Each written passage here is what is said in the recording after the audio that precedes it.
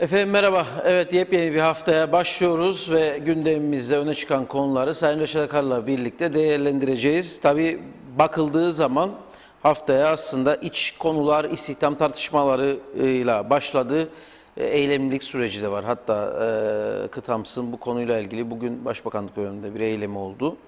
Ama daha çok hafta sonunu susuz geçirmenin yansımasını bugün yaşıyoruz. Vatandaşların feryatları var bu konuyla ilgili olarak. Bugün itibariyle de yavaş yavaş su verilmeye başlandı birçok bölgeye. Bunu çok uzun ve defaatle konuştuğumuz bir konunun yansıması aslında bu su konusu. Yine devam ederiz bugün mutlaka konuşmaya. Ve belki de bunların içerisinde en önemli ama toplumun gündeminde en az olan konu Doğu Akdeniz'de olan biten.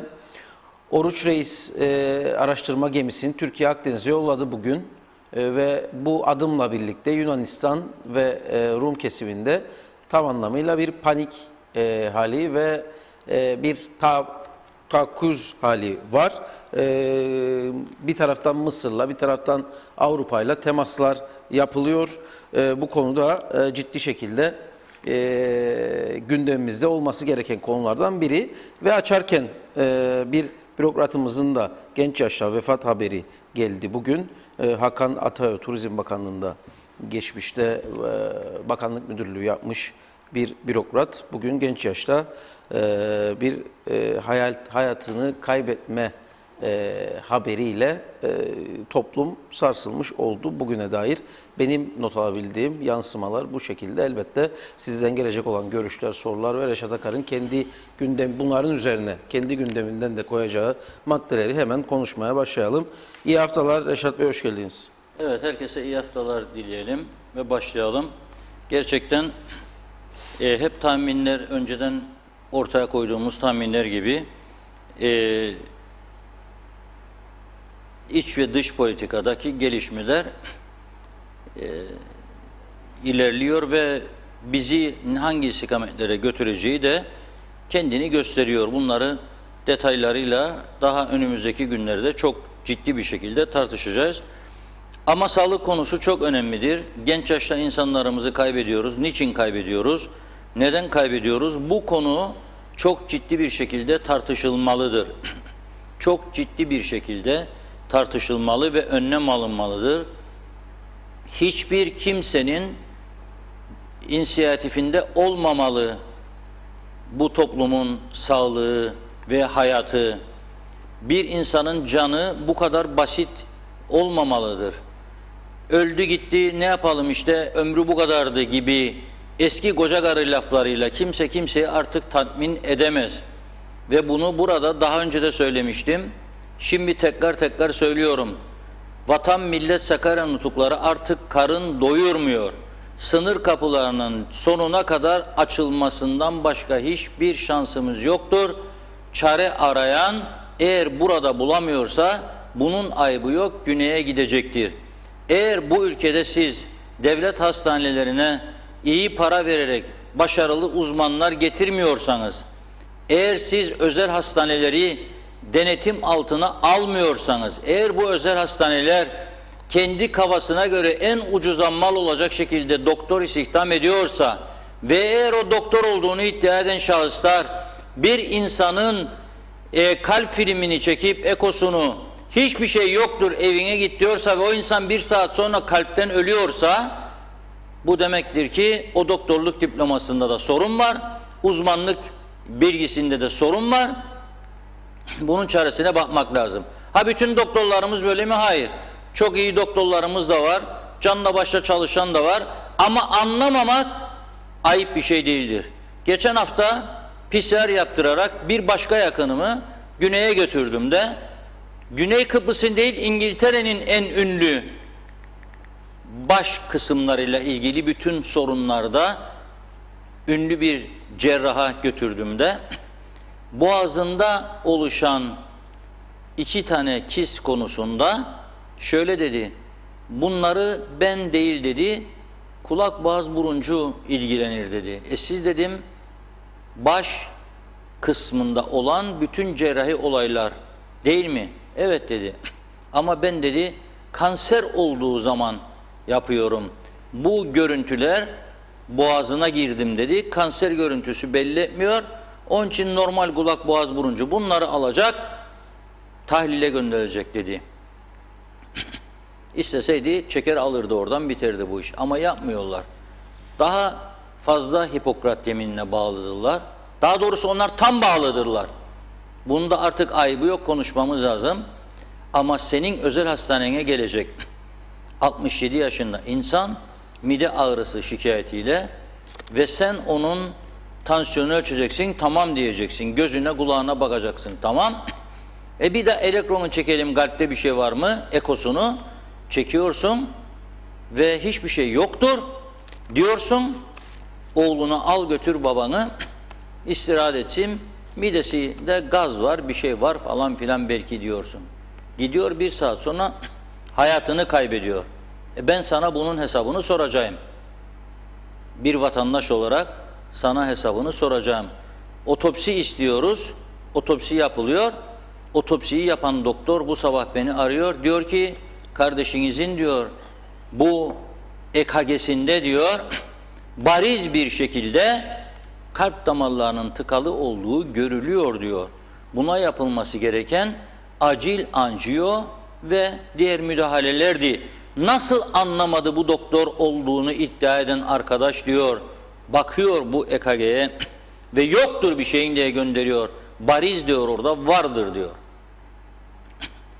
Ben nasıl güveneceğim artık sizin doktorluğunuza, bu tip insanların? Nasıl güveneceğim? Mümkün değil.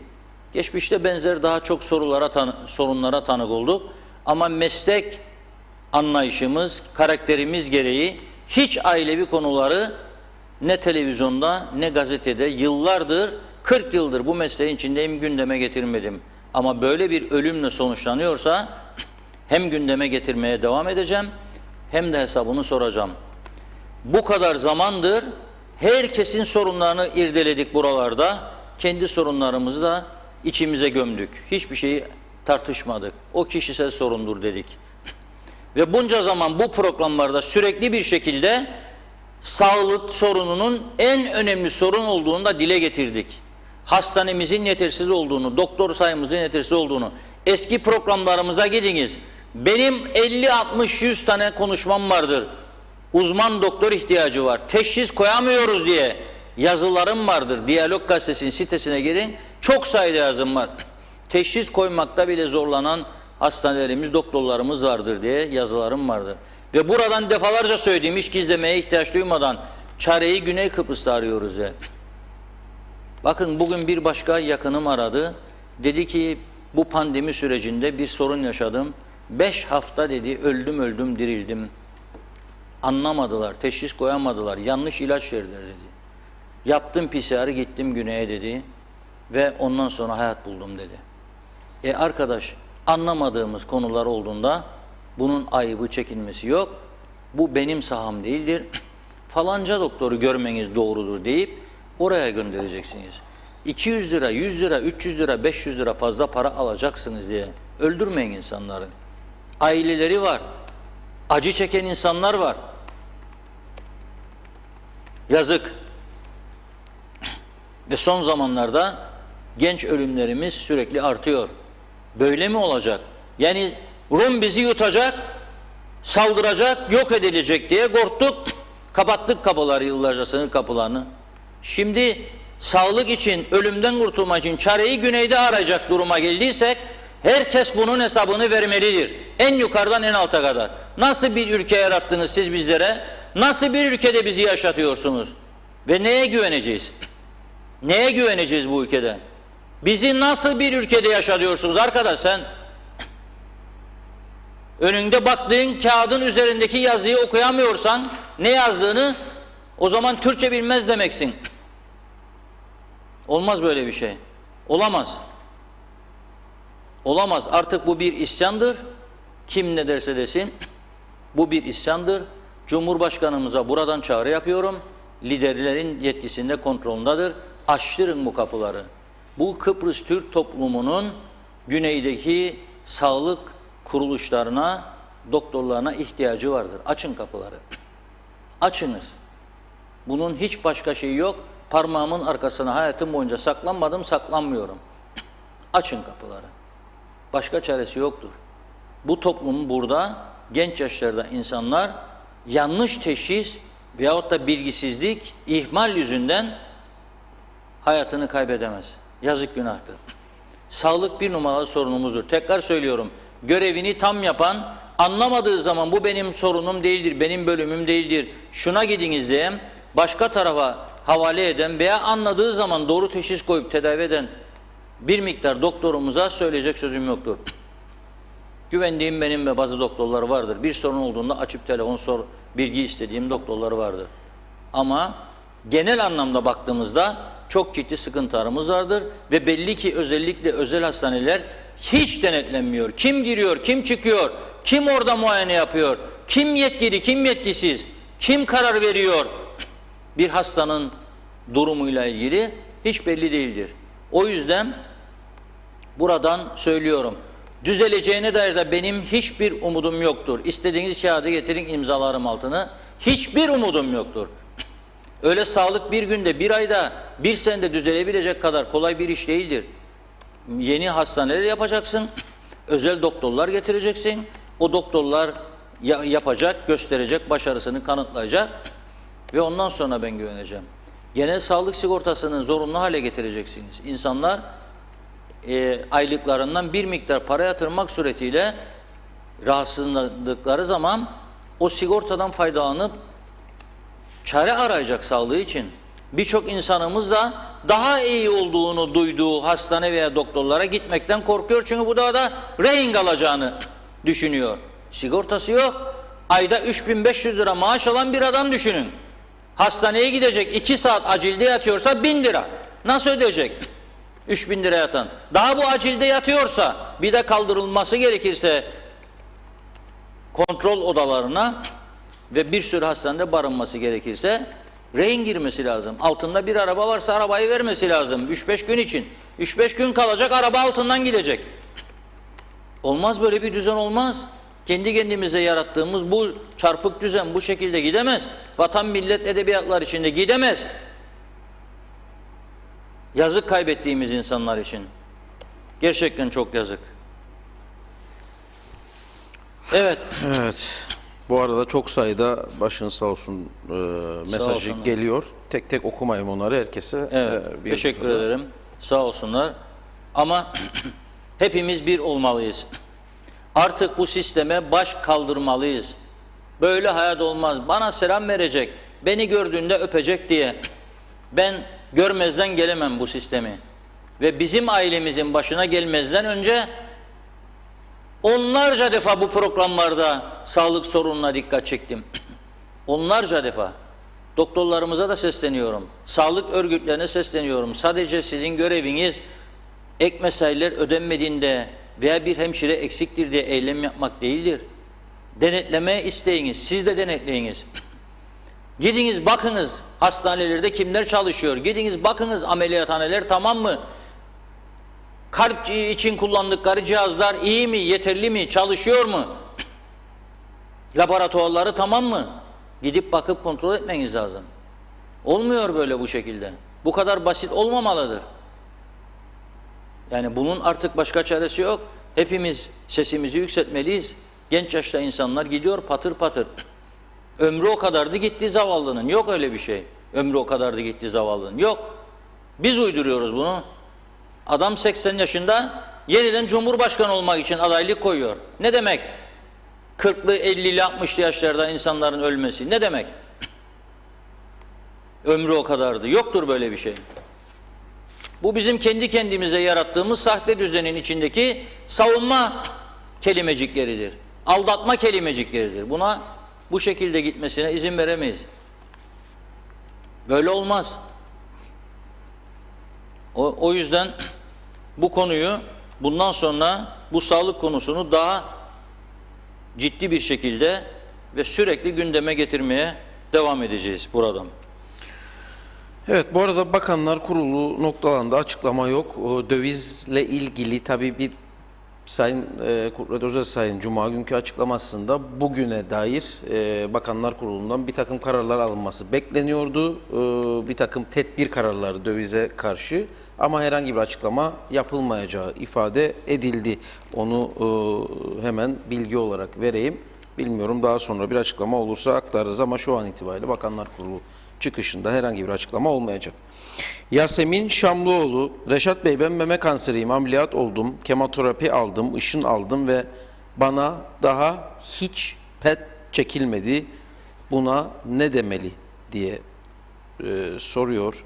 Parmaklarım işlemiyor, işimi bile yapamıyorum, diyabet hastasıyım, hastaneye gitmeye de korkuyorum şu an diyor Yasemin Hanım.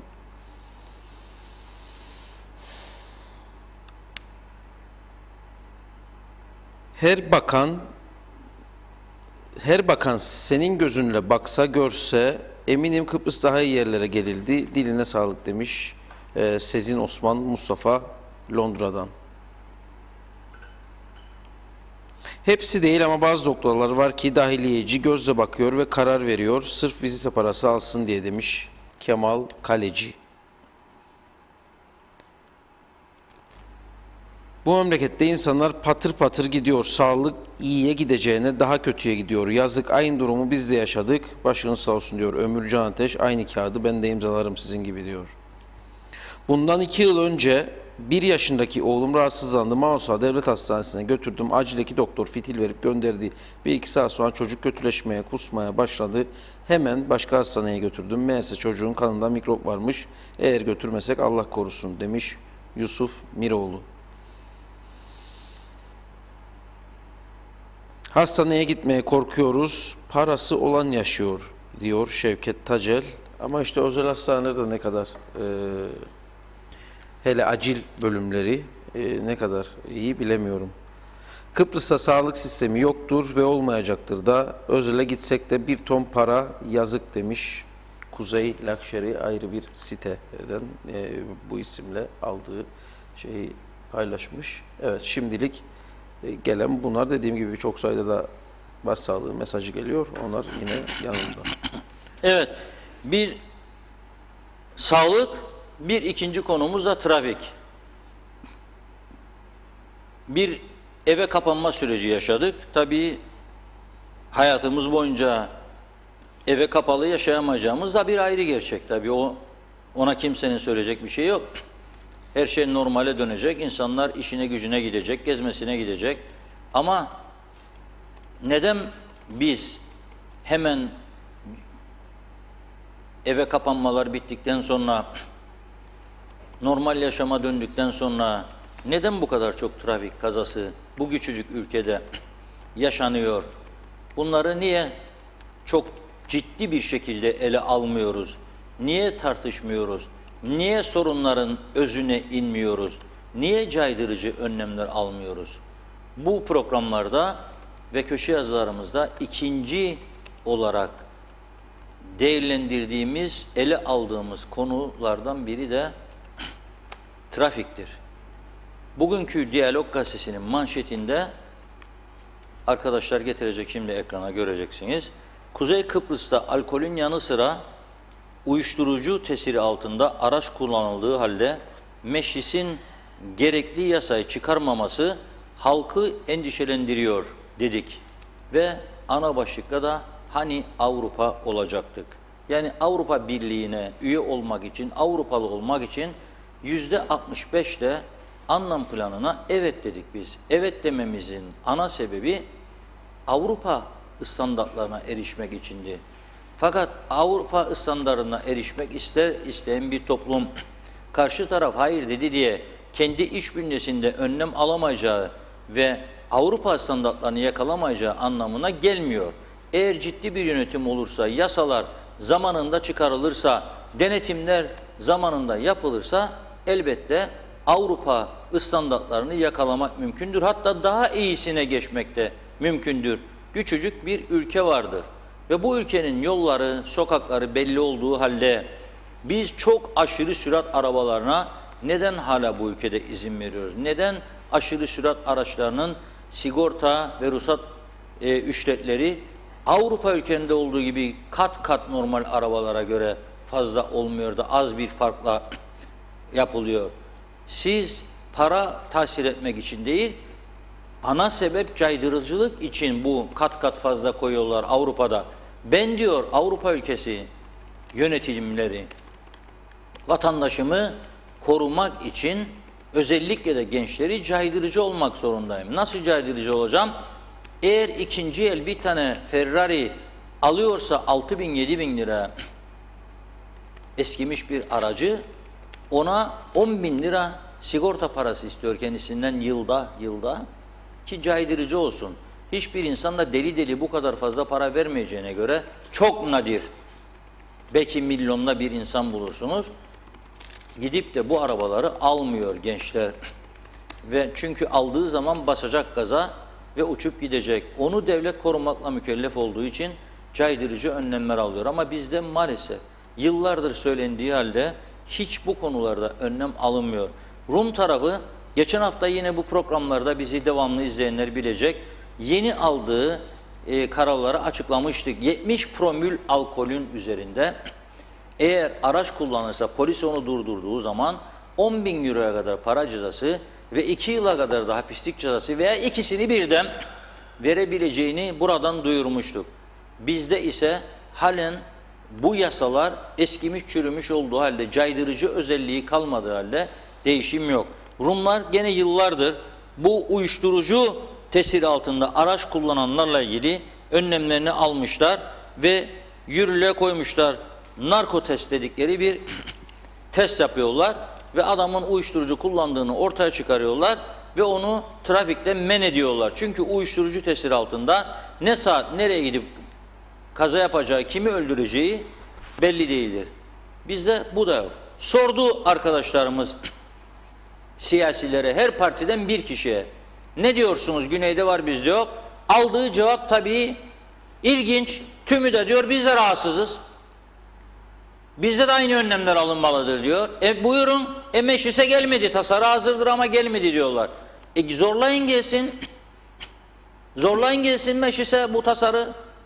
Siz getirin. Getirmiyorsan mecliste bir şey yapın. Adamın kafasına vazo atıldı bu mecliste. Siz vazo atmayın ama yapın bir şeyler. Mikrofonu sökün, atın, kırın meclisin. Kimse konuşamasın bir süre. Yapın bir şey artık bu ülke için. Yok. Bakınız 3-9 Ağustos tarihleri arasında 57 trafik kazası meydana gelmiş. Bir avuçluk yerde bu 57 aslında belki 257'dir. Ama bunlar kayıt tutulmayı gerektirecek kadar önemli kazalardır. O yüzden 57. Ufak kazalar olur, biri birine gitti tık dedi vurdu. Polisler anlaşın da uğraştırmayın bizi de sizi de. Anlaştınız mı? Anlaştık, benim sigortam ödesin, seninki ödesin. Ya da al benden cebimden 2000-3000 lira git boyat arabanı, onar. Bitiyor orada. Onlar kayıtlara geçmiyor. Bunlar kayıtlara geçen 57 tane trafik kazası. 24 kişi yaralanmış. Düşünün siz, 24 kişi de yaralanmış. Neymiş suçlar, bu kazalar nereden meydana gelmiş? Bakın dikkat edin. 57 kazanın 19 tanesi sürat, 15 tanesi de dikkatsiz sürüş. Dikkatsiz sürüş nedir? Adam elinde cep telefonuna oynar, bir eliyle de direksiyona bakar, cep telefonuna bakar, yola bakar, cep telefonu dikkatsiz bam gider vurur. Öteki ne yapar? Basar gaza gider. Ben her Allah'ın günü görüyorum Lefkoşa Girne Alsancak yollarında. Araç öyle 140-150 kilometreye dayanabilecek araç değil. Değil, küçük Japon arabası. Basar arkadaş 160 kilometre dayanırsa iple 160 kilometreyi dayıyor. Be arkadaşım, ani bir durum karşısında yolda önüne biri atılsa veya senin lastiğin patlasa nasıl durduracaksın o arabayı 150-160 kilometrede? Peki bu adam eğer bunu kafaya sokmuşsa, eğer uyuşturucu tesiri altında veya alkol tesiri altında bunu yapıyorsa, eğer kafası o kadar basıyorsa bunu bir gücün durdurması gerekmiyor mu? O insanın annesi babası da bunu istiyordur. Durdursunlar evladımı diyor o da. Sürmesin deli gibi diyor 150-160'da. Bunu nasıl durduracağız? Küçük ülkelerde 2 tane çare var. 1, daha çok radar. 2, daha çok polis kontrolü. polisiye önlemler küçük ülkelerde çok önemlidir. Ama daha çok kontrol yapılamıyor maalesef. Çünkü yeterli sayıda polis yok. Veya polis var, iyi bir görevlendirme yapılamıyor. Yetişemiyor polis. Daha çok kontrol yapılması ve cezaların da caydırıcı olması lazım. Ama yok Yüksek Mahkeme Başkanımızın dediği gibi biz mahkemede cezayı kesiyoruz ama işlem memuru da olmadığı için o cezalar uygulanmıyor. O da ayrı bir dert. Bunlara birinin çare getirmesi lazım. 19 tanesi sürat, 15 tanesi dikkatsizlik. İkisi yaptı 34. 57'nin yarıdan fazlası dikkatsizlik ve süratten meydana geliyor. 8 kişi kavşakta durmamış. Ne gerek var? Bütün yollar benimdir diyor, sürüyor. 9 tanesi yakın takip. Dikkat edin. Bu Doktor Fazıl Küçük Bulvarı var. Sanayiye döneceğiniz, ışıklara geldiğiniz Atatürk Spor Salonu. Adanın en yoğun caddesidir Doktor Fazıl Küçük Bulvarı. En yoğun. Çünkü Girne'den gelip Mausa'ya gidecek olanlar bu yolu kullanıyor. Mausa'dan gelip Güzelur'da gidecek olanlar bu yolu kullanıyor. Sanayiden Lefkoşa'ya gidecek olanlar bu yolu kullanıyor. O yol en çok çalışan bir yol olduğu halde dikkat edin. Oraya gidin, ışıklara göreceksiniz. Kamyonlar, tırlar da çıkıyor. Çünkü sanayi bölgesine yakın. Dikkat ediniz. Kamyon önünde küçük bir araba duruyor. Yarım adım mesafeye kadar gidiyor. Yani tık tık tık acele. Yeşil yandan da önündekine vuracak şekilde dayanıyor. Yasak olması lazım bunun. Belirli bir mesafe olması lazım. Yok, kimse dinlemiyor bunu. Çünkü korkacağı bir şey yok. Polis yok, denetim yok, ceza yok. Ceza olsa da çok az. Caydırıcı değil. Bu şekilde göz kapaya kapaya bırak başına geleni çeksin diye nereye kadar gideceğiz? Tamam, güzel, ayrı devlet, vatan, millet, Sakarya, bayrak her tarafta. Ama karın doyurmuyor bunlar artık. Bunlar güven vermiyor. Bu ülkede bizim yaşamamızı gerektiren sebepler olmaktan çıkmıştır bunlar artık.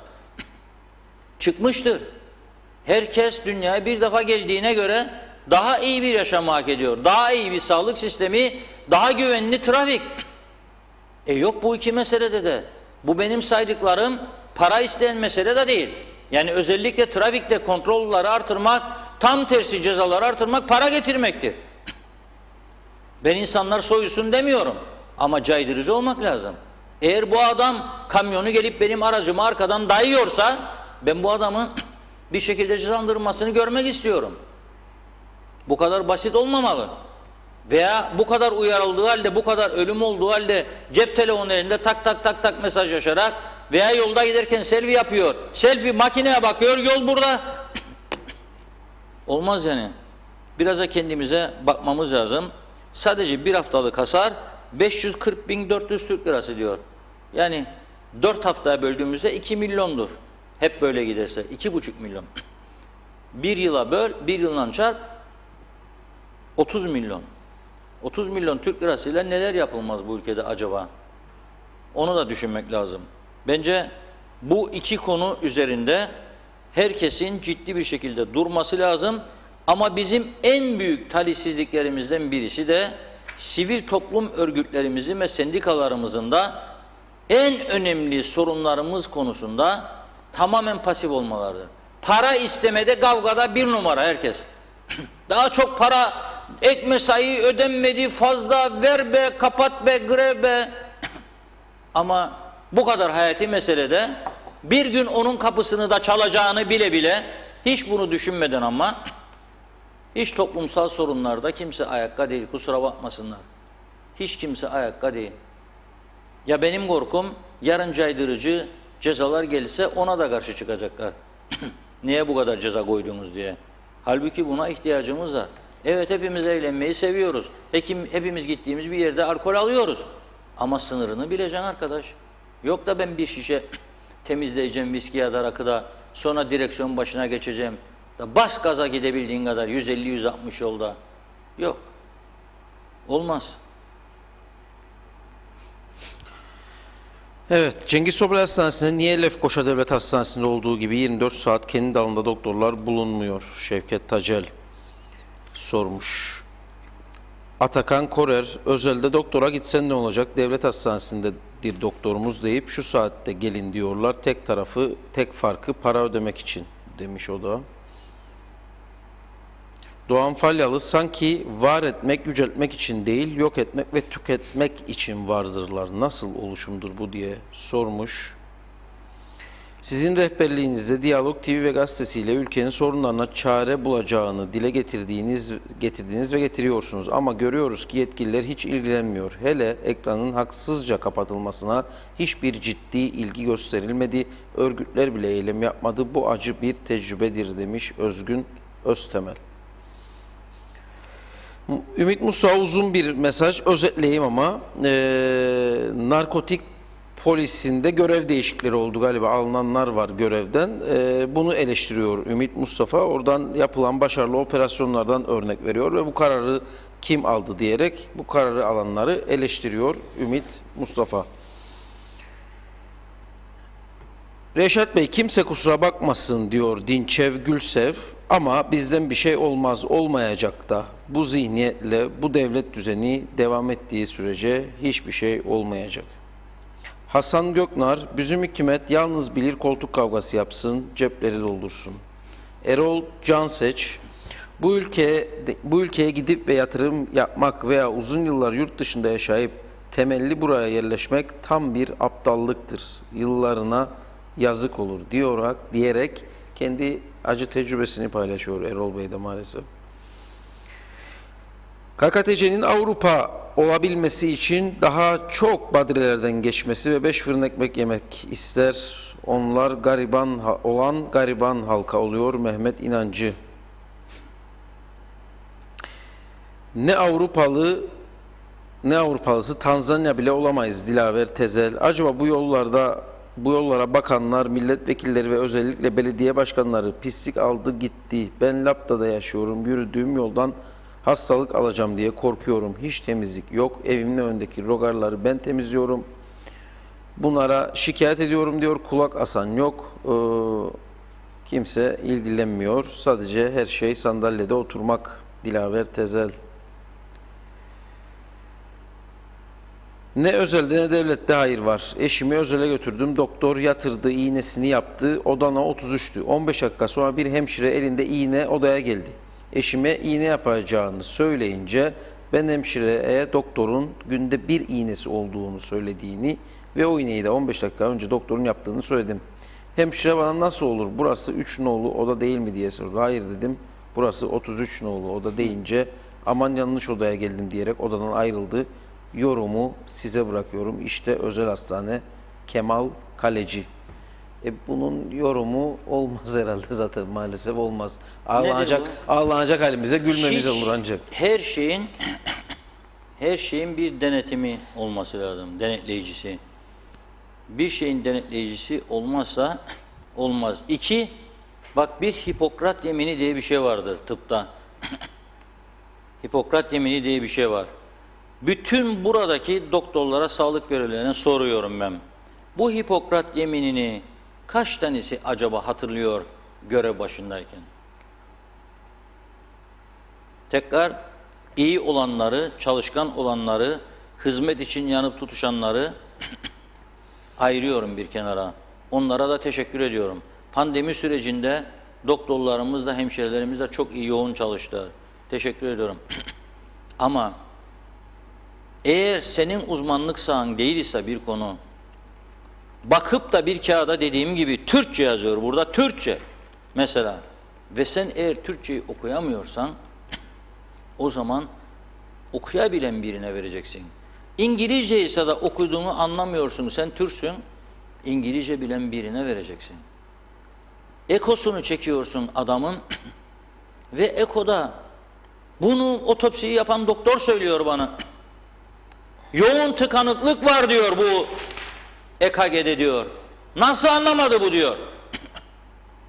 Niye sormadı bir abisine diyor. Bu belli ki diyor pratisyen biridir, yeni daha. Niye sormadı abisine diyor, bir bilene. Soramaz. Cuma gecesiydi. Herkes bir tarafta eğlencedeydi. 1 yaşında çocuğun çocuk doktoru var özelde. Ve adam, sen buna aşı yapıyorsun bir gün önce. Bir gün sonra çocuğun midesi bulanıyor. Aile gece seni 10.30'da arıyor. 10.30'da. Doktor 24 saat on call olan adamdır. Ben gazeteciyim. Sabah saat 2'den önce yattığım günü hatırlamıyorum. 2'ye kadar gazetem baskıya gelip dönünceye kadar ben on call'um. 11'de, 10'da, 12'de işten çıksam, aç olsam bile, bir sosyal ortama katılsam bile cep telefonum oradadır. Gazetem dönünceye kadar onun kontrolü benim sorumluluğumdadır patron olarak. Sen saat 10.30'da sana telefon açılıyor. Cevap vermiyorsun. 11'de telefon açılıyor. Cevap vermiyorsun. 4-5 tane mesaj atılıyor. Ciddi bir sorunumuz var. Çocuğumuz rahatsız. Ne olur bize dönünüz diyor. Dönmüyorsun. Alıp bir hastaneye götürüyorlar. Hastanede de ne olacak? Hemen serum takalım. 1 yaşında çocuğa. Damar bulamıyorlar. İyi ki. Niye serum takıyor? Acilde. Ve sabah 4'te o doktor aman serum taktırmayın diye mesaj atıyor. Ne yaparsın sen bu adama? Sen 4'te bile ayaktaysan 10.30'da niye bana cevap vermedin? Sen benim doktorumsun. Çocuğumun doktorusun. Ben evladımı sana itimat ettim, getirdim be kardeşim. Ne yaparsın bu adama? Ne yaparsın bu adama? Sağlık örgütleri size sesleniyorum. Ne yaparsınız? Ne yapmanız lazım? Kaç kişinin doktorluk üyeliğini, birliğinizin üyeliğini elinden aldınız? Kaç kişiyi denetlediniz bugüne kadar? Kaç kliniği? Hiçbir şey yapmadınız. Hiçbir şey denetlemediniz. Veya denetleyip de göz yumdunuz. Ve yummaya da devam ediyorsunuz. Öyle kendi kendimizi aldatmayalım. Sistem çökmüştür. Yoktur bir sistem. Yoktur. Sistem çökmüştür. Tamamen. Kurunun yanında yaşlayanlar derler. Maalesef çok iyi doktorlarımız da işte diğerlerinin yüzünden bu şekilde eleştiri konusu oluyor. Yazık, günahtır. Ben buna üzülüyorum. Ben buna üzülüyorum. Bakın diyor ki bir sağ olsun bir izleyicimiz yazmış.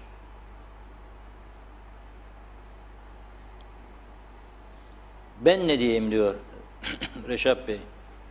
Güle oynaya diyor Akdoğan'daki lokantaya gittik. Eşimin hiçbir şeyi yoktu. Masada fenalaştı. Ambulansla Mausa Hastanesi'ne yetiştirilmeden ambulansta öldü. Ve ani kalp krizi dendi. Ben ne diyeyim diyor. Ambulansın içinde kalbi çalıştıracak, kontrol edecek doktor, cihaz yoktu herhalde. Ben ne diyeyim? Ben ne yapayım? Yapacak bir şeyim yok. Trafik konusunda Meryem Hanım diyor ki, evet diyor, bu trafik konusunda çok ciddi sıkıntılar var. Katılıyorum bütün söylediklerinize diyor. Ancak bir başka konuda halkı şehir içi ve şehirler arası toplu taşımalara teşvik etmek gerekir.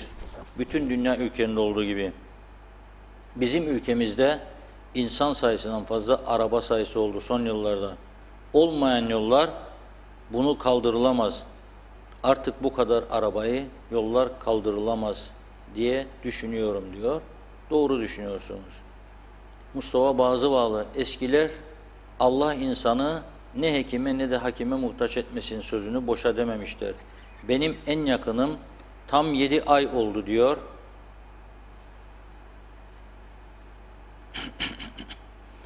Telefon çalıyor programın içerisinde. Herhalde bizi izlemeyen birisidir. Eski bir trafik uzmanımızdır aslında. Belki de izliyordur da onun da içi bal vermediği için arıyordur bizi. 7 ay oldu. Ayakları şişiyor ve yürüyemez durumdadır. 5. özel doktora gitti. Bir sürü tetkikler yapılmasına rağmen hiçbir doktor çare bulamadı.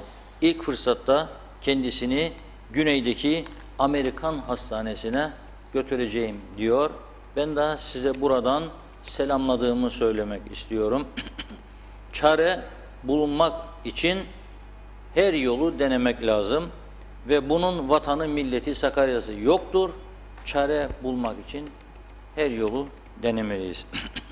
Adamlar İngiltere'de, Amerika'da eğitim görüyor. 15 yıl, 10 yıl, 8 yıl, 20 yıl çalışıyor. Çok deneyim kazandıktan sonra, para da kazandıktan sonra diyor ki ben okudum, benim devletim okumama yardımcı oldu, ailem. Biraz da kendi ülkeme yardımcı olayım, hizmet vereyim. Çıkıp Kıbrıs'a geliyor, açıyor hastanesini, kliniğini veya bir iki hastaneyle anlaşıyor. Onlara da hizmet veriyor. Gittiğinizde insanların odalarına dev gibi diplomaları, sertifikaları, hangi ülkelerde gittiği kursları görüyorsunuz. O bile size güven veriyor zaten. Ha onlarda da yanlış teşhis koyan veyahut da ne bileyim yanlış yapan doktor yok mu? Mutlaka vardır. Özellikle devlet hastanelerinden ciddi şikayetleri var orada da. Ama özelde çok iyi doktorlar vardır. Bel fıtığın vardır kardeşim, bel fıtığı, felç olacaksın. Hemen ameliyata diyor size. Bizde bir özel hastanedeki profesör üstelik. Gidiyorsun Rum tarafındaki normal doktora. Alıyor aynı MR'ı, onun çektiği MR'ı takıyor bilgisayara. Bir dakika diyor, bu MR'a göre size acil ameliyat mı dedi. Evet. Yok diyor. Yok. Alsınlar diplomamı buradan diyor. Yok diyor. Bir tedaviyle 1,5 ay içinde sizin o sorununuzu çözüyor. Onun için lütfen kasaplık yapmayalım. İnsan sağlığı bu kadar ucuz değildir hayatı insanın. Oynamayalım. İyi doktorlarımıza şapka çıkarırım, saygı duyarım, saygıyla anarım. Ama eksiklerini de herkes kendinin eksiğini görmelidir. Arada bir kliniklerden 5-10 bin liracığı kaybetmeyi göze alıp İtalya'da, Fransa'da, Amerika'da, Türkiye'de, başka ülkelerde gelişmiş kurslara katılalım, kendimizi yenileyelim, bilgilerimizi yenileyelim. Bakınız, D3 vitaminini 20 yıl önce, 15 yıl önce güneydeki bir doktordan ben öğrendiğimde, bizim tarafta birkaç doktora sorduğumda o da ne cevabını almıştım. D3 eksildiği zaman insanı yere vuruyor, her türlü hastalığa da davetiye çıkarıyor. Daha ne söyleyeyim? Bu kadar zaman bunları konuşmadım ama artık konuşacağım. Hiç bunun şeyi yok. Kimse gücenmesin. Bu bizim hayatımızdır. Kimse gücenmesin. İnsanlarımızın hayatıdır. Eksiğimiz varsa düzelteceğiz. Bizim de eksiklerimiz vardır meslek hayatında. Uyarılara açık olduğumuzu her zaman söylüyorum. Var mı eksiğimiz? Evet var. Var mı yanlışımız? Evet var, oluyor. Biz de insanız. Yanlış olur, eksik olur. Yanlış bilgi de alınabilir bazen. Yayınlanabilir de. Sonra özür dilemesini bileceğiz ama. Hatayı düzeltmesini bileceğiz. Her duyduğumuza inanıp gazete manşetine çekmiyoruz. Ya birisi bize bir ikramda bulunup da ertesi günü bize manşet attıramıyor. En azından onlarda alnımız çok açıktır. Dik yürüyoruz. Al bu zarfı da yaz be kardeşim, yarın vur ona. Yoktur bizde öyle bir anlayış. Yasaktır bu binada. Meslek kurallarımıza aykırıdır. Maaşını beğenmezse bir adam alır şapkasını, çantasını çıkar gider. Başka yerde daha iyi bulursa gider. Ama zarf alarak manşet atmak yoktur. Yoktur. O yüzden herkes kendi mesleğini sorgulamalıdır. Sorgulamalıdır. Anlamadığımız zaman bir şeyi de insanlara bu daha ileri bir tetkik gerekiyor, size tavsiyem şunu yapmanızdır demesini bilmeliyiz. Yoktur bir şeyin, evine git da bir saat sonra öl, yok. Olamaz böyle bir şey. Başka ülkede bunun cezası çok ağırdır ama burada da bu cezanın uygulanması için sonuna kadar yürüyeceğiz. Yolumuz var. Sonuna kadar gideceğiz. Evet, devam edelim yorumlara. O Hipokrat yemini çok eskilerde kaldı maalesef. Şimdi para, para, para. Safiye Hüseyin. Göksel Saydam, değerli büyüğümüz, denetim ile ödül ve ceza sistemi yerine siyasi torpilin geçerli olan bir ülkede hiçbir konuda gelişme ve başarı mümkün değildir. Seçmenin de bu sisteme büyük katkısının olduğu gerçeği göz ardı edilmemelidir diyor Göksel abimiz.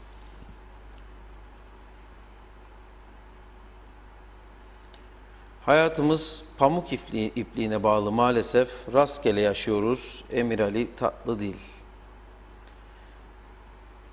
Reşat Bey'in dediği konu benim de başıma geldi. Doktor röntgeni pencere camına tutup aslan gibisin diye gönderdi. Öteki doktora gösterdim. Acil operasyon deyip pneumotoraks teşhisi koyup tedavi oldum diyor. Geçmiş olsun Atakan Bey. Koronadan korkup kapıları açmazlar ama trafikten korkmazlar. Londralılar da onların araba kullanmalarından, yolların delik kırık dökük olduğundan korkuyor. Trafikte ölenlerin sayısı koronayı geçti. Onlar seçim derdinde. Hüseyin Arslan. 9 Mart'tan beridir iş yerim kapalı. Davide kantin işletiyorum. Tam 1500 TL verdiler bize. Tek bir sefer. Bu hükümet nasıl yardım edecek bize anlamadım. Kimin umurunda diye soruyor Özkan Teksu.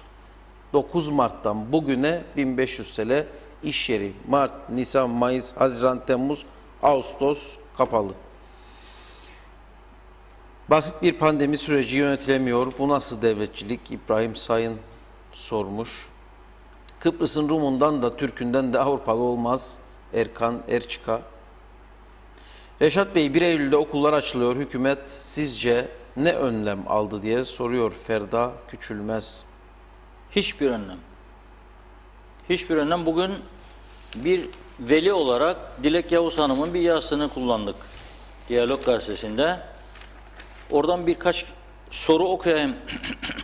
Suallerimdir diyor. Tabii Dilek Hanım öyle sorularımdır demez. İğneleyici lafları vardır.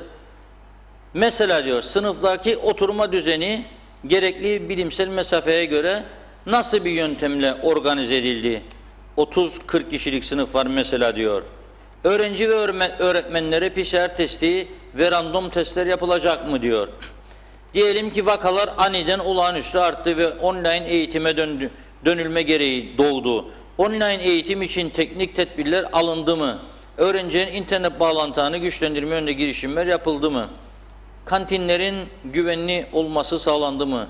Okula girişte ateş ölçme önlemi ve ekipman tamam mı? Öğrenci ve öğretmenlerin maske, yüz siperi ihtiyacı nasıl karşılanacak? Her öğrenci kendi maskeni mi temin edecek? Maskenin belli aralıklarla yenilenmesini sağlayacak uyarı ve hatırlatmayı yapma sorumluluğunu kimler üstlenecek? Sınıfların, tuvaletlerin ve hijyenik ortamını sık sık sağlayacak elemanlar eğitildi mi? Dezenfektan, sabun, eldiven gibi malzemeler okullara temin edildi mi? Sınıfların sağlıklı ve etkin bir şekilde havalandırılmasına yönelik tedbirler ve ekipman hazır mı? En önemlisi öğretmen ve öğrenciler korunma tedbirleriyle ilgili eğitime tabi tutulacak mı? Havaların soğumasıyla öksürenler ve hapşuranlar olacak. Grip, nezle, öksürük olanlar çıkacak. Ateşlenenler de mutlaka olacak. Bu gibi durumlarda hasta öğrencilere her ihtimale karşın test yapılmasını sağlayacak bir ağ ve gerekli hallerde temas takip sistemi için bilinçlendirme yapıldı mı? Diyelim ki Allah korusun sınıftan bir vaka çıktı veya bir ebeveyn veya bir öğretmen hastalandı, sınıfın tamamı garantine alınacaksa evde online eğitime devamları için hazırlıklar yapıldı mı? Okulların açılmasıyla birlikte olası vakalar için sağlık çalışanları, ambulans ekipman gibi gerekliliklerin sayısı ve olanaklar geliştirildi mi diyor. Soruların tümü çok önemli, çok ciddi ve yanıt bekleyen sorulardır. Ama bu saydıklarını bizim ülkemizde alabilmeleri, bu önlemleri bana göre mümkün değildir. Bu kadar ekipman yok, sağlık ekibi yok, alet edevat yok, böyle tedbirler yok. Güneyde de okullar açılmıştı biliyorsunuz. Pandemi sürecinin hemen arkasından Haziran ayında onlar okullara gitti. Birkaç tane de vaka da çıktı. Ama sınıfların fotoğraflarını yayınladık gazetelerde. 35-40 kişilik sınıflarda 12 kişi oturttular. Mesafeleri çok açıktı. Çocuklar okula gelirken ateşler ölçüldü. Masalar, sınıflar, her taraf hijyen, temizlik kurallarına uyuldu. Maskeler takıldı. Bizde bunu yapabilecek bir güç, bir mekanizma, bu kadar imkan maalesef yoktur. Üzgünüm ama yoktur. O yüzden okulların 1 Eylül'de açılabileceğine ben şahsen hiç ihtimal vermiyorum. Okullar bırakın koronayı. Korona olmasa da hijyen açısından tamam değildir. Ve okulların her sene açıldığı zaman çok ciddi eksiklerin olduğunu görürüz. Birçok okulun tuvaletlerini temizleyecek hijyen malzemeleri yoktur. Bazı okullar açıldıktan 1 ay sonra kitaplar verilmektedir. Ciddi sıkıntılar vardır. Hele bugün bu kriz ortamında bunların kolay kolay düzelebileceğini düşünmek zordur. Ve bu arada tabii turizm konusunda büyük bir başarısızlık söz konusudur. Büyük bir gerileme, çöküş vardır. Biliyoruz değil mi bunu? Bu çöküşün gittikçe artacağı endişeleri vardır. Bazı otelciler paylaşım yapıyorlar. Okuyorum. Ya çalışandır ya yöneticidir.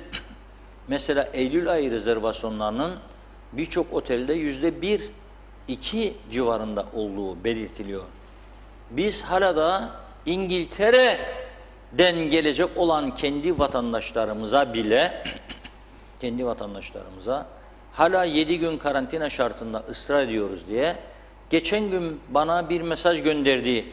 İngiltere'de yaşayan genç ve çok başarılı bir arkadaşımız var. Eşiyle, çocuğuyla veya çocuklarıyla 14 günlüğüne Güney Kıbrıs'a gitmişler. Çok iyi bir ailenin mensupları, vatan millet konusunda bizimle aynı duygular, vatanına, devletine, insanlarına sevgili, saygılı. Fakat diyor, mecbur kaldım. Ben diyor 2 hafta tatilim var, 14 gün. 7 gününü karantinada nasıl geçireceğim? Zaten 2 günde gelip gitme yollar. Dolayısıyla Larnaka'ya indik diyor, tatilimizi burada yapıyoruz. Bir de tabii geçen gün sosyal medyada fotoğraflar paylaşıldı. Bir aile veya 2 aile hava alanında saatlerce beklemişler, videoları paylaşıldı. Bunların saat 6:30 diyor, havaalanının dışına atıldık diyor. Hangi karantina oteline gideceğimiz belli değil çünkü bütün karantina otelleri doluymuş diyor aile. Yetkili arıyoruz diyor, yok diyor. Birisi bize dedi ki doludur karantina otelleri, bekleyin bakalım ne yapacak demiş. Beklediler. Saat 8 diyor, 8:30 diyor, 9 diyor. Daha nereye gideceğimiz belli değil. Olmaz. Böyle olmaz. Adam onun için Larnaka'ya iner, gider orada bir otelde, Rumlar müşteri arıyor. Şimdi yalvar yakar. Fiyatlarda çok düşüş var. Gidip orada yapar. Bizim otellerimize yazık, günah değil mi? Bomboş. İnsanlar nasıl maaş ödenecek, çalışanlar? Bu insanlar nasıl imtiyaz ücreti ödeyecek? Nasıl elektrik parası? Nasıl belediye vergisi? Nasıl su parası? Çalışanlar, bu insanlar iş yapmayınca, turist gelmeyince mal alımları dibe vuruyor, düşüyor. Satıcılarımız çok ciddi bunalım içinde. Karpuzlar bu sene tarlalarda kaldı. Eşeklere yediriyorlar. Patatesler kaldı. Zeytinler kaldı. Pekmezler kaldı. Yağlar kaldı elde. Kimse düşünmüyor. Sütler kaldı. Çok ciddi bir durum. Bir de bugün size bir rakam vermek istiyorum. Bir de Türkiye'ye bakalım. Türkiye, İngiltere kapısını açtı arkadaşlar. Açtı kapıları. Rusya'ya da açtı. Buyurun gelin diye. Bugünü söylüyorum sadece. Bugün 10 Ağustos. Rusya'dan sadece Antalya'ya 70 tane uçuş gerçekleşecek. Bakın tekrar söylüyorum. Rusya'nın değişik yerlerine Moskova, St. Petersburg ve Rostov'dan Antalya'ya 70 uçuş, 23.000 turist gelecek. 23 gün. Bizim 4 günlük bayram tatili süresince Türkiye'den gelen toplam turist sayımız buraya 5.000. 5.000. 4 gün için. Ve bayram da bitti. Şimdi otellerde doluluk gene %1, %2, %5, %10 bilemedin.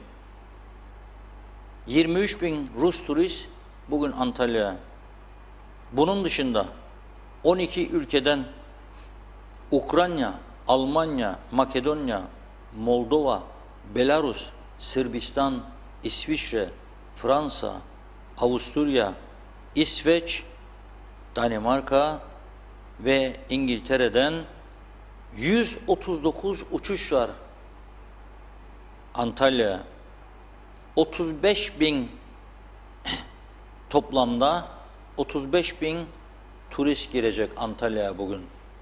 Eskisine göre tabii gene düşük ama hiç olmazsa bir şeyler çark dönecek, dönmeye başlayacak.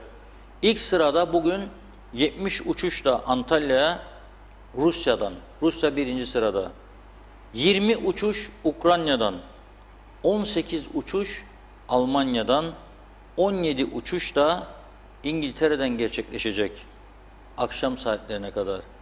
22.934 turist Rusya'dan, 3.992 turist Ukrayna'dan, 3.366 turist Almanya'dan, 3.234 turist de İngiltere'den gitmiş olacak.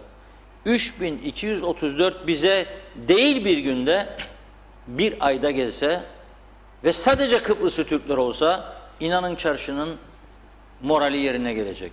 Çok şeyler değişecek. Bir anda 3.300 kişi bir ayda çok şey değişecek. İnanın. Karpuzlar satılacak, yağlar satılacak, patatesler satılacak, lokantacılar daha çok iş yapacak. Meraklıdır Londra'dan gelenler meyhanelerimize, lokantalarımıza, balıklar, etler, şiş kebaplarını seviyorlar. İçkiler satılacak. Babutsa satılacak. Babutsalar da elde kaldı bu sene. Satamıyor babutsacılar. Yazık günah değil mi? Niye biz İngiltere'yi hala daha, bugün oldu hala daha karantinada ısrar ediyoruz? Bir PCR İngiltere'de dedik. Bir PCR Ercan'da dedik. Yetmedi. 7 gün karantina dedik. Yetmedi. 3. bir PCR diyoruz. Kimse bizim kara kaşımıza, kara gözümüze bakarak bu kadar şartı kabul etmez. Adanın o bir tarafına tek PCR'la, tek bir PCR'la gidiyor sağdan, orayı tercih eder. Biz de burada bu şekilde ağlamaya devam ederiz. Daha iyi yollar, daha güzel çevre, daha temiz sokaklar, oraya gider, orada yapar tatilini gider. Artık bu işin Türk'ü, Rum'u, Alman'ı, İngiliz'i, Fransız'ı yoktur arkadaş. Tatil ihtiyacı varsa en iyi şartlar neresiyse orayı tercih eder. Kendi kendimizi kandırmayalım. Ve eğer bu turizm bu şekilde devam ederse zannetmeyelim ki buradaki oteller ve otelciler buranın nazını çekmeye devam edecekler. Öyle zannedersek kendi kendimize aldanıyoruz. Yıl sonu geldi mi da birkaç tanesi başlarsa bizden bu kadar arkadaş desin, o zaman başımıza neler geleceğini şimdiden düşünmeye başlayalım. Nelerin olacağını. Bu şekilde gitmeyeceği kesin. Biz çok akıllıyız da bakın bugün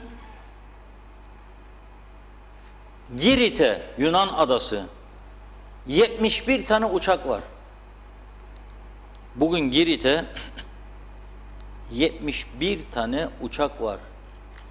Gene Yunan adası Rodos'a 30 tane uçak var. Yani ikisinin toplamı 101. 139 da az önce söylemiştim. Antalya, Yunanlılardan, Türkiye'deki turizmcilerden daha akıllı mıyız biz bilemiyorum. Şimdi bir internet sitesine çıkan bir haber var. Yoğun olarak izleyicilerimize sormaya başladı bunu. Sağlık Bakanı bu internet sitesine demiş ki İngiltere'den ülkemize gelenlere ev karantinası uygulanması başlıyor. Yolcuların ülkemize gelmeyen 120 saat önce İngiltere'den PCR sonuç belgelerini getirmeleri ve indiklerinde de PCR testi uygulamaları gerekecek ve sonrasında 7 gün ev karantinasında geçirip gerekirse 3. testi de yapacaklar. Ama herhangi bir resmi açıklama mı bu? Bir saniye bakayım. Evet, şimdi düşen açıklamayı resmi oldu. Şimdi bu bakanın ilgili site açıklamasıydı. İngiltere B kategorisine alınıyor. Bu Sağlık Bakanlığı'nın resmi açıklaması. Bulaşıcı Hastalıklar Yasası kapsamında 10 Ağustos 2020 tarihinde toplanan Bulaşıcı Hastalıkları Üst Komitesi tarafından alınan karar doğrultusunda 13 Ağustos tarihinden itibaren 13 Ağustos tarihi de dahil olmak üzere İngiltere'den adaya gelecek kişilerin uçağa biniş tarihinden önceki 3 ile 5 gün arasında yapılan ve sonucu negatif olan PCR test sonucunu belgelemeleri kaydı ile KKTC'ye giriş yapabileceklerdir. Ancak bu kişiler 7 gün süreyle ev karantinasında kalacaklardır. Karantina süresince kesinlikle eve ziyaretçi kabul edilmeyecektir. Sağlık Bakanlığı tarafından yapılan denetimlerde ev karantinası kuralını ihlal ettiği tespit edilen kişiler otel karantinasına alınacaktır diyor Sağlık Bakanlığı. Şimdi yaptığı açıklama ile bu kararı duyuruyor. Yani B kategorisine çekiyor İngiltere'yi ve 7 günü de kendi evinde geçirecek. Evi olman gelmesin demek istiyor acaba? Yani Evli evine, köylü köyüne, evi olan gelsin diyor. Da 7 günde kilitlensin kapının arkasına da beklesin. Holiday yapmaya geldi. Ne kadar güzel. 7 gün kapak kapıyı kilitle, evin içinde otur, holiday yapmaya geldim. Ya vazgeçsinler ya. Kendi kendimizi kandırır. Kimse gelmez. İngiltere'de yaşayanlara buradan selam olsun. Benim abim gelemedi kardeşinin cenazesine. Abim bu ülkede milletvekili yapmış bir insan kardeşinin cenazesine gelemedi. Neden? Çünkü bu 7 gün karantina şartı var. Bu duruma geldi bizim ülkemiz. Ne yapalım? Ne yapalım? Gelmesinler. İngiltere'de yaşayanlar bu sene Kıbrıs'ı unutsun. Yatırım yapanlar var biliyorum. Başlattık, dükkanlar yapılır, evler yapılır, ne olacak diyenler var. Yapacak bir şey yok. Yapacak bir şey yok. Başlattıysa kalacak yarım. Yapacak bir şey yok. Budur zihniyet. Bak ev garantisi diyor. Ne yapacak evde? 7 gün bir adam evinde ne yapacak? Kapalı. Bırak zaten gelse bunun insanlar onların evde olup olmadığını denetleyecek bir mekanizma yok. Polis kaç kişinin kapısını gidip çalabilecek?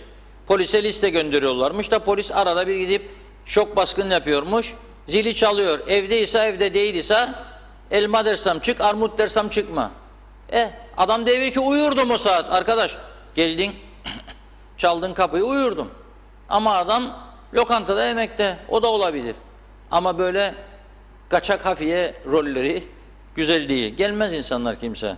Kimse huzurunu kaçırmak istemez. Unuttuk bu sene turizmi. Dediğim gibi ama yıl sonuna doğru bu turist olmamanın, turist getirememenin etkilerini yıl sonuna doğru daha çok hissedeceğiz. Daha şu anda Kuzey Kıbrıs'ta deprem olmamıştır. Belirtileri var. Yavaş yavaş 4.2, 4.5, 4.7. Daha bu 6'ya çıkacak, 7'ye çıkacak, 8'e çıkacak. O zaman hissedilecek depremin etkileri. 8'e çıkması için de birkaç ayımız kaldı. Ve bu arada biz 8'e doğru çıkarken bu Doğu Akdeniz'deki gelişmeler, sıcak gelişmeler daha da hızlanacak. Bakın çoğu insan dış politikayı konuşmayı ve dinlemeyi sevmez. Ama buradan tekrar söylüyorum, daha önce söyledim. Çok sıcak gelişmelerin arifesindeyiz. Çok sıcak gelişmenin arifesindeyiz. Denizde kısa süreli çatışmalar bile olabilir ama kısa süreli. Çünkü bakıyor Avrupa ülkeleri de iki taraf da inat sürdürüyor. O benim hakkımdır, bu benim hakkımdır. O nedenle biraz gerilim olmasına fırsat tanıyor onlar da. Sonra da oturup anlaştıracaklar. Oruç Reis gemisi bizim Kıbrıs açıklarına gelmiş ve bunu Türkiye televizyonları devamlı bugün vermeye başladı. Çok hayatlar kaybettik. Evet, Dillirga'da verilen mücadele ve kayıpların ne yazık ki 10 yıl sonra meydana gelecek bu etkisinin süreceği cehennemin önüne geçilmesinde yeterli değildir diyor Rum Savunma Bakanı. Böyle bir siyasi gerilim var şu anda, Doğu Akdeniz gerilimi. Biraz da öyle anlaşılıyor ki uluslararası aktörler suni gerilimi tahrik ediyorlar. İki tarafın yakın sıcak noktaya gelmesini, ki ondan sonra sıcak noktadan sonra onları soğutmak daha kolay olacak diyor. Almanlar da bu işi iyi beceriyor. Şu anda Almanya AB dönem başkanı, onun başkanlığında bu sorunların çözülmesini umuyor Almanya ve tarafları Eylül ayında bir araya getirme planları yapılıyor. Bizler de burada dediğim gibi seçimlerle uğraşır olacağız o günlerde. Kim kazanacak, kim gelecek, kim gelirse ne olacak, ne getirecek, ne götürecek. Tabii Kıbrıs söylemleri seçim propaganda mitinglerinde çok artacak. Onları da göreceğiz ama bu arada dediğim gibi dış politikada da önemli gelişmeler yaşanacak. Kim ne derse desin Kıbrıs sorunu, burada meddum olmaya gerek yok. Bütün bu çevremizdeki gelişmeleri iyice değerlendirdiğimizde masaya koyup aklın yolu birdir. Bunun arkasından bir diyalog zorlamasının olacağını görebiliyoruz. Rumlara bir mesaj veriliyor, Kıbrıs Rumlara. Bakın dikkat edin, çözüm olmazsa gene bu Türkiye sizin başınızda beladır, size şunu yapacak, bunu yapacak. Bize bir mesaj veriyor, bakın dikkat edin, bu gerilim böyle olursa gene ortalık gerilecek, çatışma noktası şu bu. Böyle bir yaşam olmayacak. En güzeli anlaşma. Keşke Rumlar güzel bir anlaşmaya razı olsunlar. Bize hayat hakkı tanısınlar en önemlisi. Ve insanca yaşam hakkı tanısınlar eşitlik çerçevesinde. Ben aynı zamanda da onun başkan oldu, ben de başkan olayım diye ben hiçbir zaman böyle bir iddiamda olmadı şahıs olarak. Yani illa o başkan oldu da ben de başkan olacağım. Böyle bir iddiam olmadı ama insanca yaşam, eşitlik hakları ve can güvenliği. Bana güven versin. Yok EOK'a gider, ELAM gelir, bu bana güven vermez. Bunları nasıl yok edeceklerini, nasıl terörizmi yasaklayacaklarını anlatsınlar, dinleyelim. Güven duyarsak onlara, evet buyurun gelin anlaşalım, bu mesele bitsin. Herkes kârlı çıksın. Gazı da paylaşalım, zenginlikleri de paylaşalım. Silahlara yatırılan paraları ülkemizin kalkınmasına harcayalım. Güzel bir yaşam olsun, herkes mutlu olsun ve bu ada gerçekten hepimize de yeterlidir. Eğer yaşamak istiyorsak iyi şartlarda. Ama bu işi ırkçılığa dökersek o zaman sürekli gerilim kaçınılmaz olur. Evet, noktalıyoruz ama bir iki mesaj daha Reşat Bey okuyayım, sonra bitirelim. Ne söyleseniz çok doğruları söylüyorsunuz Reşat Bey. Doğruları söyleyenleri de hiç kimse beğenmiyor. Bir şey dile getirmek isterim diyor Nazime Abdullah.